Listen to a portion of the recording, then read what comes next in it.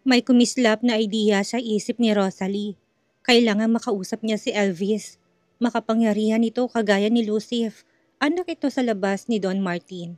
Papayag siyang tumira muli sa mansyon upang makahingi ito ng tulong. Sige, papayag ako sa isang kondisyon. Kunot ang noon ni Lucifer. Ikaw na nagsabi, walang libre sa panahon ngayon. Bigyan mo ko ng 20 million kapalit ng pagtira ko sa mansyon. Gagawin kung gusto mo. Kailangan niya maging wais at makaipon ng pera para sa binabalak niyang paglayo. 20 million? Napakadali lang ng gagawin mo. Mangiinis ka ng mga nakatira sa mansyon. Actually, inis na sila sa'yo kahit na wala ka pang ginagawa. Kulang pang 20 million sa emotional damage na naranasan ko noon. At mararanasan ulit sa kamay ng pamilya mong kasing sama ng ugali mo. Pero this time, hindi na ako magiging mabait sa kanila. Kaya lang naman ako na pumapayag na apihin dahil sa'yo, pero wala nang dahilan ngayon. Ngayon, kung ayaw mo, maghanap ka ng ibang isasama sa mansyon. Oo na, isara mo ng bibig mo. Napakadami mong sinasabi. Mag-empake ka na. Ipapadala mo muna sa account kong pera. Bukas na, si Kurt na magpapadala. Malaking pera yon, hindi basta-basta matitransfer. Bukas na din ako mag-iimpake. Umuwi ka na. Makapal na rin ang mukha mo at demanding ka na ngayon. Natutunan ko sa'yo. Alam kong kaya mong gawa ng paraan yan. Kinuha nito ang cellphone at tinawagan si Kurt. Bukas na ako mag-iimpake. Pagod na ako. Gusto ko na matulog. Umuwi ka na. Ani ang humiga sa kama at nagtalukbong ng kumot. Humiga rin ito sa kanyang tabi. Dito na lang din ako matutulog. Pagod na rin ako. Hindi niya nainintindi ang ibang sinasabi ni Lucif. Hinihila na siya ng antok. Kinabukasan ni nakita niya itong nakatunghay sa kanya. Nakaligo at palit na ito ng damit. Nagmamadali siyang bumangon. Mauna ka na sa office. Matagal pa ako. Hihintayin kita at sa mansyon tayo dediretso ngayon. Nagpapatawag ng meeting si Lola Fernan. Konting damit lang ang dalahin mo. Ha? Ang lolo mo oh. Nahintakutan siya. Madalang siyang makita ng matanda dahil may sarili tong villa. Hindi rin siya nito pinapansin. Kilala ito sa pagkakaroon ng kamay na bakal. Yes, bukod kila Elvis at Charlotte, iinisin mo rin ng matanda. Ha? Ayoko yata ng pinapagawa mo. Sabi ng mga kasambahay niyo, ubod na sungit ang matanda. Magaling kang manginis, kaya naman alam kong madali sa'yo na pakuluin ang dugo ng lolo ko. Alanganin siyang tumango. Nalulula pa rin siya sa laki ng mansyon. Pagbukas ng malaking gate, ay nakaabang ang dalawang kasambahay at sinabing kanina pa naghihintay ang kanyang lolo. Lolo Fernan, pasensya na't na late kami. Sinundo ko pa si Rosalie. Naalala niyo po ba ang asawa ko? Bungad ni Lucifer. Nanatiling nakatingin lang ang matanda na para bang sinusukat ang pagkatao niya. Bigla tuloy siyang na-conscious sa suot niyang maikling paldang itim at red crop top. Alam niyang sinadya ni Lucif na ipasuot sa kanyang revealing na damit dahil sa goal nilang inisin ang pamilya nito. At parang gusto niya nang tumakbo palayo, mukhang kontrabida sa pelikula ang lolo ni Lucif. Nagkabalikan na pala kayo ni Rose, nakangiting sabi ni Elvis. May katabi itong babae na nakasimangot sa kanya. Kung tamang hinala niya, ito ang girlfriend nito na si Charlotte. Hindi sumagot si Lucifer. Nakahanda ng hapagkainan. Kumain na muna tayo ng tanghalian, sabi ni Lolo Fernan. Walang imik ang lahat habang kumakain. Tanging tunog ng kobyertos ang madidinig sa malaking dining room para siyang mabibingi. Matagal niya nang alam na hindi magandang relasyon ng mga tao sa mansyon. Pasulyap-sulyap si Lucif sa kanya. Nakuha naman niya kaagad ang nais nitong ipahiwatig. Ang sirain niyang gana ng mga tao sa oras na yun na parang ang hirap gawin dahil nakakahiya. Pero kailangan. Lola Fernan, kamusta po kayo? Wala pong kupas ang kakasigan niyo. Tila umalingaw-ngaw ang boses niya. Napatingin sa kanyang lahat ng nasa pagkainan. Tumikim si Don Fernan. Hindi ko gustong nag-uusap habang kumakain. Anong matanda? Lolo, mas masaya kumain habang nagkwekwentuhan. Hindi niyo namamalayan na paparami na pong kain niyo. Aniya sabay ngiti sa matanda. Ano pong paborito niyong pagkain? Ipagluluto ko po kayo bukas. Patuloy niya. Una sa lahat, hindi kita tinatanggap na miyembro ng pamilya, kaya huwag mo kong tawaging lolo. Pangalawa, sa lahat ng ayaw ko, ay ang taong hindi marunong sumunod sa utos. Puno ng otoridad na sabi nito. Yes, Polo. Opo. Aniya sabay tikom ng bibig, nagpatuloy sila sa pagkain ng masaganang tanghalian. Dahil siya nerbiyos ay nasagi niyang baso may tubig at nabasag to. Ay! Sorry! Hindi ko po sinasadya. One more mistake and you will be out of this house. Malaki ang mansyon. Umiwas ka sa akin hanggat maaari dahil ayaw kong nakikita ka. Banta ng matanda sabay tayo upang umalis. Kahit na hindi pa tapos ang pagkain, napangiwi siya. Na-guilty siya. Hindi niya dapat galitin ang matanda at baka kung anong mangyari dito. Tumayo siya at nagpunta sa banyo. Nagulat pa siya nang sundan siya ni Charlotte. Ikaw palang asawa ni Lucifer. Grabe namang makapaglarawan si Elvis. Napakaganda mo daw. Hindi naman. Look at you. You look so cheap. Nitong tinignan siya mula ulo hanggang paa. Huminga siya ng malalim. Hindi niya ito papatulan. Nagugas siya ng kamay. Matapos patuyuin ng kamay ay lumabas na siya. Ngunit hinabol ng babae ang kanyang braso. Hey! In case hindi mo alam, naging kami ni Lucif. Kakabreak lang namin. I was the one who dumped him. Kaya kanya dinala dito sa mansyon para pagselosin ako. Tinignan niyang kamay nitong nakahawak sa kanya. Bitawan mo ko. Hindi mo ako kilala. Oh, I know you. Ikaw ang desperadang asawa ni Lucif na mamamatay tao. Nagpanting ang tenga niya kaya nilagay niyang kamay sa leeg nito. Oo, tama ka. Kriminal ako at huwag mo kong inisin. Kung ayaw mo maging isang kwento ka na lang. Isusumbong kita kay Lucif, sabi ni Charlotte kay Rosalie. Bakit sa asawa ko ikaw magsusumbong? Hindi ba dapat kay Elvis? Huwag mo sabihin na may gusto ko pa rin kay Lucifer. Ani ang binitawan to. Maaari niyang gamitin ng babae pero mas gusto niya si Micaela para kay Lucif. Kahit naman masamang ugali ng asawa, hindi naman niya hinihiling na maging miserable ang buhay nito. Gusto lang niyang lumayo para makapagsimulang muli. Alam na lahat na walang amor sa'yo si Lucif. Ikaw lang ang sumisiksik sa kanya. Ako ang gusto niya? Bakit may iniwan si Lucif pero ako naghahabol ka naman? Kapag iiwan mo siya, para ka nagtampo sa bigas.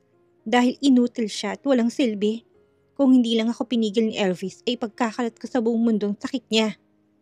Tingnan ko lang kung hindi pagpiyastahan ng media. Tumaas ang kilay niya sa pang-insulto nito para kay Lucif. Alam ng babae ang kapansanan nito? For your information, magaling na siya. Pwede ba? Hindi siya tinitigasan. Ang bata pa niya pero wala na siyang stamina. Kagabi lang ay nakalimang rounds kami. Matigas na matigas. I think ikaw ang may problema. You're not attractive enough para bumuhay ng patay. Gigil niyang sabi na mag-exaggerate na bilang ng rounds. Or, hindi ka magaling sa kama. Huwag mong isisi kay Lucif ang kakulangan mo. At subukan mo lang ipagkalat sa ibang kalagayan niya. Ipapakulong ka namin. Oral defamation. Kailan mo bang binabangga mo? Well, alam mo rin ba kung sinong kakampi ko? The one and only, Elvis Donovan. Well, we all know that Lucifer is the legitimate child. Mas makapangyarihan siya kaysa sa Elvis mo. Ani ang iniwan ng babae. Nagulat pa siya na makita si Lucif na nasa labas ng pinto. Sana hindi nito narinig ang pagtatanggol niya. Niyaya na siya nitong pumasok sa LD Corporation. Nagtingin na naman ang mga empleyado nang bumaba siya sa kotse ng CEO. Hindi nga pala alam ng mga to na asawa siya ni Lucif. Sa mata ng mga ito isa siyang kriminal at tila lintang kumakapit sa mayamang amo. Wala naman siyang balak ituwid ang tingin ng mga to sa kanya. Aalis din naman siya sa kumpanya. Sabay din silang umuwi. Hindi muna siya pumasok sa cafe. Pumasok na sila sa kwarto ni Lucif.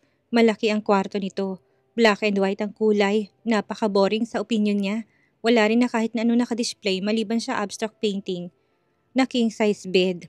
May veranda sa labas na natatabingan ng makapal na kortina. Nasaan ang extra unan at kumot? Itinuro nito ang cabinet. Kumuha siya ng gamit sa pagtulog at pumesto sa malaking sofa. Bakit niya ka matutulog? Malaki ang kama. Lucif, malikot ako matulog at baka magkabukol na naman ako kapag inihulog mo ko sa kama. Okay na ako dito, malaki naman. Ani ang pumesto na sa sofa. Nagtalukbong siya ng kumot at tila malaking freezer ang kwarto ni Lucif. Sa lamig, pumikit siya upang matulog. Ngunit agad din siyang napadilat nang bigla siyang umangat. Kinaraga siya nito at inihagi sa kama. Agad niyang binalot ang katawan sa kumot. Lucif, kung may binabala ka, huwag namang araw-araw. Mali niya na hindi nilinaw ang nasa kontrata. Ako masusunod kung kailan ko gusto. Matulog ka na. Pumasok siya sa loob ng malaking blanket bago pa magbagong isip nito. Bahagya niya itong sinilip. Lumabas ito ng kwarto. Hindi siya dalawin ng antok. Binuksan niya ang terrace. Sariwang hangin galing sa labas. Sinuot niya ang nakitang hoodie sa sofa. Natanaw niya si Lola Fernan na nagtatabako sa labas. Napagdesisyonan niya na bumaba at humingi ng dispensa sa nangyari kanina. Nagpunta na muna siya sa kusina at gumawa ng salabat. Napansin niyang inuubo ang matanda. Lolo, baka po gusto niyo ninyong salabat na may kamote. Ako pong gumawa niyan. Mainam po yan sa ubo ninyo para hindi po na matuloy. Inabot niyang salabat sa matanda. Matagal na nakatitig lamang ito sa basong hawak niya. Laking gulat niya na tinanggap ito at tinikman. Masarap. May naaalala ko sa salabat. Paborito ko tong inumin ng kabataan ko. Natawa siya at nagustuhan ng matanda. Lolo, malamig po dito. Baka po magkasakit kayo. Nakita niya nakatitig to sa mga bituin kumikinang sa madilim na kalangitan. Nalilibang akong tignan ng mga bituin. Papasok din ako mamaya. Namangha siya dahil ang matanda kanina at ang kaharap niya ngayon ay tila magkaiba. Tell me, magkano kailangan mo para layuan ng apo ko? Dodoblehin ko para umalis ka na sa buhay niya. My grandson deserves better. Hindi kayo bagay. Natigilan siya sa tanong ng matanda. Napaisip siya kung ipagtatapat ba nitong tunay na sitwasyon. Huwag mong sabing nagmamahalan kayo.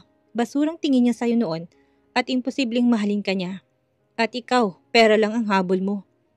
Lolo, alam po ninyong dahil siya galit kaya ako pinakasalan ni Lucif.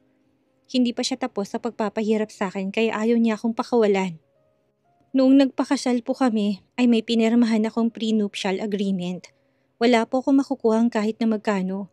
Ayoko na pong bumalik kaso may pinirmahan akong kontrata sa kanya.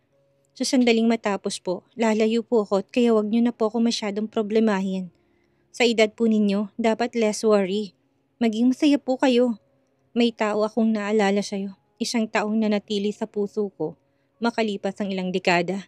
Nakita niya na may namuong luha sa mga mata ng matanda. Lolo, meron po talagang pinagtatagpo, pero hindi tinadhana. Walang araw na hindi ko siya iniisip. Duwag ako. Hindi ko kayang talikuran ng responsibilidad, pamilya at estado ko sa buhay. Para sa pag-ibig, sana'y naging masaya siya. Lola Fernan, look at the stars. Maybe right now, she's also looking at them too. At least, hindi man po kayo magkasama, maybe the two of you are looking at the same sky. Napadako mata niya sa terrace. Kung saan may nakatayong monster, nakita niya tinatawag siya ng asawa. Nagpaalam na siya sa matanda. Papasok na si Rosalie sa mansyon nang harangin siya ni Elvis. Rose, anong nangyari sa'yo? Akala namin wala ka na. Anitong niyakap siya. Maswerte nakaligtas at nabigyan ng pangalawang pagkakataon. Pasimple siyang dumistansya dito. Sobrang saya ko na makita kita ngayon. Nakatakas ka na kay Lucif. Bakit bumalik ka pa? Alam mo namang hindi magandang trato niya sa'yo. Yun na nga, hihingi ako ng tulong sa'yo. Napilitan lang akong bumalik. Kilala mo ang kapatid mo. Wala akong magawa. Nagsusumamong tinig niya. Hinawakan itong kamay niya na kaagad niyang binawi. Rose, sumama ka sa akin. Matagal ko nang sinasabi sa'yo na kaya kitang protektahan sa asawa mo. Sinal mo ng ex-girlfriend ko. Ngayon naman pinupuntirya mo ang asawa ko? Mahilig ka talaga sa mga pinagsawaan ko na kahit nung mga bata pa tayo. Sabi ni Lucif, sabay hila sa bewang niya. Nagkaunawa ng mga mata nila ni Elvis. Sa pagkakaalam ko, mga bata pa lang tayo. Ikaw ang inggit na inggit sa akin which is, I don't understand why. You are better than me in many ways. Maliban sa akong paboritong anak ni Daddy, kahit ikaw ang lehitimong anak, ani Elvis. Pinagitnaan niya ang dalawang lalaki mukhang balak na magsuntukan. Dumating si Charlotte at hinawakan sa brasong nobyo. What's going on? Anang baritonong boses na parating. Agad na naghiwalay ang dalawa nang makitang dumating si Carlos Donovan, ang kanyang father-in-law. Dad, nothing. Nag-usap lang po kami ni Lucif. Sagot ni Elvis. Hello po, magandang gabi po. Inabot niyang kamay nito upang magmano, ngunit umiwas ang matanda na tila ba invisible siya. Agad nitong nilapitan si Elvis at inayang lumayo. Nakita niyang frustration sa mukha ni Lucif. Habang nakatanaw siya pala yung ama at kapatid. Hinawakan niya sa balikat ang asawa. Marahan itong tinapik. Inalis nito ang kamay niya. Si Elvis ang paboritong anak. Kahit na mas marami akong achievements. Mas magaling ako sa kanya sa lahat ng bagay. Nagulat siya ng 6 feet tall na lalaking kaharap niya na may 6-pack abs. Ay tila 6 years old na naghahanap ng pagmamahal sa daddy nito. Hindi ba at sakitin si Elvis? Ganun lang yun kaya madalas niya sa kanyang atensyon ng daddy mo. Mahina niyang sabi. Hindi niya maipaliwanag subalit nais niyang maramdaman itong suporta niya. Hinila siya nito papasok sa kwarto. Tuso ka talaga. Wala pang isang araw nakikipaglapit ka na sa mga tao dito. Are you plotting something against me? Subukan mo lang na try do rin ako. Humigpit ang hawak nito sa braso niya. Ano bang sinasabi mo? Asik niya. Ikaw ang nagsama sa akin dito tapos pag-iisipan mo ka ng masama? Kaya kita sinama dito para magkaroon ako ng kakampi. Hindi para makisama sa iba lalo na kay Elvis. Alam mo na may gusto sa'yo, nilalapitan mo pa. Anitong naniningkit na mga mata. Alam mo, ikaw lang naman ang masamang iniisip sa kapwa. Mabait si Elvis. Shut up, wala kang alam at hindi ako ikaw, tumahimik ka. At sumunod ka sa mga kaya ipinapagawa ko. Alam mo, dapat bumili ka ng robot para susunod sa'yo sa lahat ng oras. Ano bang tawag mo sa'yo? You're my doll. Robot, name it. Pag-aari kita at pwede kong gawin ang lahat ng gusto ko sa'yo. Alam ko ng dahilan kung bakit mo ko sinama dito. Gusto mo ng kakampi. Kawawa ka naman. Kailangan mo pang magbayad para lang may kakampi ka. Pinatay mong babaeng dapat siya ni nasa tabi ko. Remember? Ikaw ang kapalit kahit na nasusuka ako sa mukha mo. Nasusuka ka pa sa lagay na yan? Halos gusto mo nang makasama ako araw-araw. Nakakahiya naman sa'yo. Siyempre, I want to see you suffer. Napatitig na lamang siya kay Lucif. Useless ang makipagtalo dito. Kinuha niyang kumot at nahiga sa sofa. Huwag mo kong lalapitan. Ani ang binaon ng sarili sa kumot at unan. Napakaginaw sa loob ng room. Wala naman siyang magawa at hindi siya pwedeng magreklamo dahil ganitong temperature ang gusto ni Lucif. Nadinig niya ang pag-click ng remote. Tinaas nitong temperature. Umiinit na nga sa loob ng makapal niyang blanket. Himala, nalimpungatan siya sa kailaliman ng gabi. Nauuhaw siya. Sinilip niyang natutulog sa kama. Shirtless ito at panjama lang ang suot. Yakap ang unan at lumapit siya dito. Gwapo talagang hinayupak. Parang mas lalo siyang nauhaw na makitang hubad nitong katawan. Sinaway niyang sarili. Mukhang anghel kapag tulog. Napailing siya ng maalala ang mga pinagdaan sa kamay nito. Tanggap na niya noon pang hindi sila para sa isa't isa. May nakita siyang parang dumi sa pisngi nito, kaya yumuko siya at inalis ito. Bigla tong dumilat. Naghinang ang kanilang mga mata. Sabi na nga ba't may masama kang balak? Anitong nakatingin sa una na hawak niya. Nangilabot siya sa nais nitong ipakahulugan. Ha? Grabe ka namang mag-isip. Inalis kong dumi sa mukha mo. Inisip mo na tatabunan ko ng una ng mukha mo? May taong gumawa sa akin ng ganyan nung nasa ospital ako. Matapos ang sunog sa concert. Ha? Sino? Hindi ko nakilala. Mabuti na lang at may dumating na nurse. Walang naniniwala sa akin. Hindi niya masisisi si Lucif kung maging tamang hinala ito. Madaming nagtatangka sa buhay nito. Nung naging assistant siya nito, ay madaming death threats itong natatanggap. Huwag kang mag-alala, hindi kita sasaktan. Hindi ako nag-aalala. You don't have any power to hurt me. Remember, hindi ka kayang saktan ng taong hindi mo mahal. I don't love you. You can't hurt me. That's so true. Kaya pala, hindi na ako nasasaktan sa mga ginagawa mo. Dahil hindi na kita mahal. You're lying. Mahal mo pa rin ako hanggang ngayon. May iba na akong mahal. Aniya para lang maniwalang kausap. Napabangon to sa pagkakahiga. Tinaas nitong kanyang mukha. Humigpit ang hawak niya sa unan. Who's the unlucky guy? Naalarmang kanyang utak. Sino bang sasabihan niya? Huwag mo nang alamin, kilala kong sama ng ugali mo. Baka pag-initan mo pa. Ngayon pa lang sinasabi ko na sa'yo na tigilan mong ilusyon mo. Na makakalaya ka sa akin. Ibalik mong buhay ni Angela, yun lang ang makakapagpalaya sa'yo. Para mo na rin sinabi na wala akong pag-asang makawala sa'yo. Hindi ko kayang bumuhay ng patay. So alam mo naman pala, huwag kang magmahal ng iba dahil masasaktan ka lang.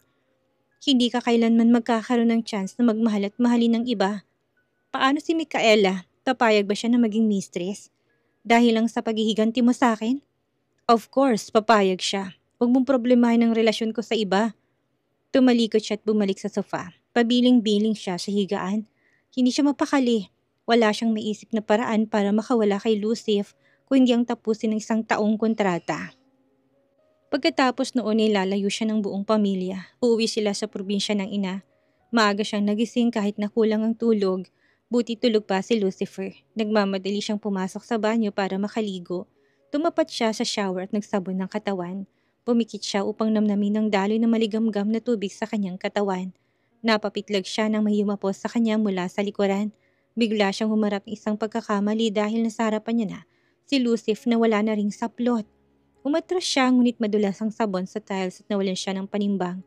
Natanggal ang nakatapis na tuwalyang nakatali sa bewang ni Lucif nang mahila niya. Ay! Buti na lang at maagap siyang nahawakan nito bago pa siya bumagsak sa tiles ng tuluyan. Nagtamang kanilang mga mata. Bakit tila siya na-hypnotismo? Bastos! Sabay tulak niya dito na dahilan para pareho silang ma-out of balance. Ang ending, nakapatong siya kay Lucifer nang walang saplot. Pinamulahan siya ng muka. Pareha silang tila na engkanto at hindi makagalaw. Ramdam niyang matigas na laman na bumubundol sa kanyang puson.